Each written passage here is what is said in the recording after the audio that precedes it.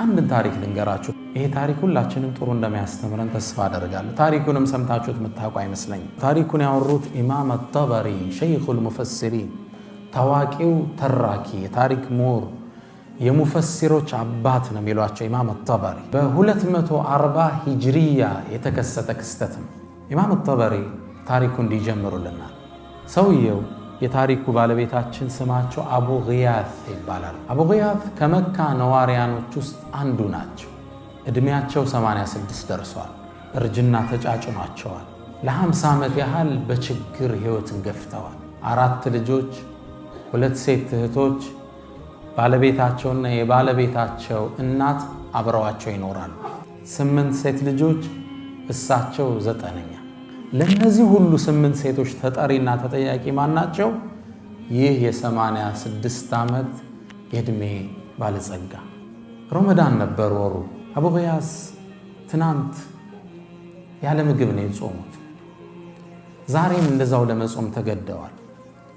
ሱብሒ ከሰገዱ በኋላ ባለቤታቸውን ጠሩ። ያሉ ባባ አሏት። መጣች። ላይ ለብሳ የነበረችውን ልብስ ሰጠቻቸው። እሱን እየተቀያየሩ ነበር የሚሰግዱት።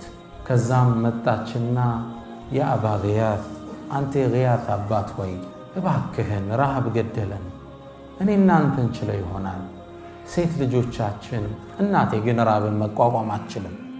እባክህን ውጣና እህል ፈልግ እስኪ ምግብ ምን በላው፣ ዛሬ ደግሞ ጾማችን እንዳናፈጥር። ቃለ አፍዓል፣ እሺ አላት። ከቤት መውጣት ጀመረ። ዱሓ አካባቢ እንደነጋጋ መካን መዞር ጀመረ። ምግብ ቢያገኝ፣ ስራ ቢያገኝ፣ ስራስ እንዴት ያገኛል? የ86 ዓመትን አዛውንት ማን ይቀጥራል? ምግብ ፍለጋ ዞር። አቡ ጊያት ማግኘት አልቻለም። ዙሁር አካባቢ እንደደረሰ ዙሁር እንደተሰገደ ሰው በጣም ፀሐይ ስለነበር ሊያርፍ ወደ ቤቱ ገብቷል። እርሱ ወደ ቤት እንዴት ይመለስ ባዶ እጁ? ተስፋ ቆርጦ አንድ ዛፍ ጥግ ቁጭ አለ። ጥላ ላይ ነው። ልጆቹ ታወሱት። ዛሬም ዳግም በረሃብ ሲያሉ ተከዘ። ከዚህ ኑሮ ብሞትስ ምን ነበራል? ኑሮ ነው እንዴ የምኖረው? ይቺ ህይወት ናችን ምን ልጨምርልኝ? ለልጆቼ ባይሆን ኑሮ መኖርን አልመኝም እያለ ከራሱ ጋር ማውጠንጠን ጀመረ። ትንሽ እንደቆየ ከፊት ለፊቱ የሆነ ነገር ገመድ ነገር ተመለከተ። ማንገቻ ነው ምንለኝ። ምን ይሆን? ቆዳ ነው። ከርቀት ሲያይ እባብ ይሆን እንዴ? ደግሞ ነድፎ ቢገለኝስ? ከራሱ ጋር ያወራል። ቢገለኝም ይግደለኝ፣ የኔ ህይወት ምን ዋጋ አለው? በድፍረት ገመዱን ሳበው። ሲስበው የፖርሳ ማንገቻ ነበር። ጎተተው። ከውስጥ ጥቁር ክብ ነገር ወጣ። ሳበው፣ ወጣለት።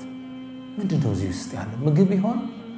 በድግ አድርጎ ሲያወዛውዘው የበርካታ ሳንቲሞች ድምፅ ሿ ሿ ሲል ተሰማ።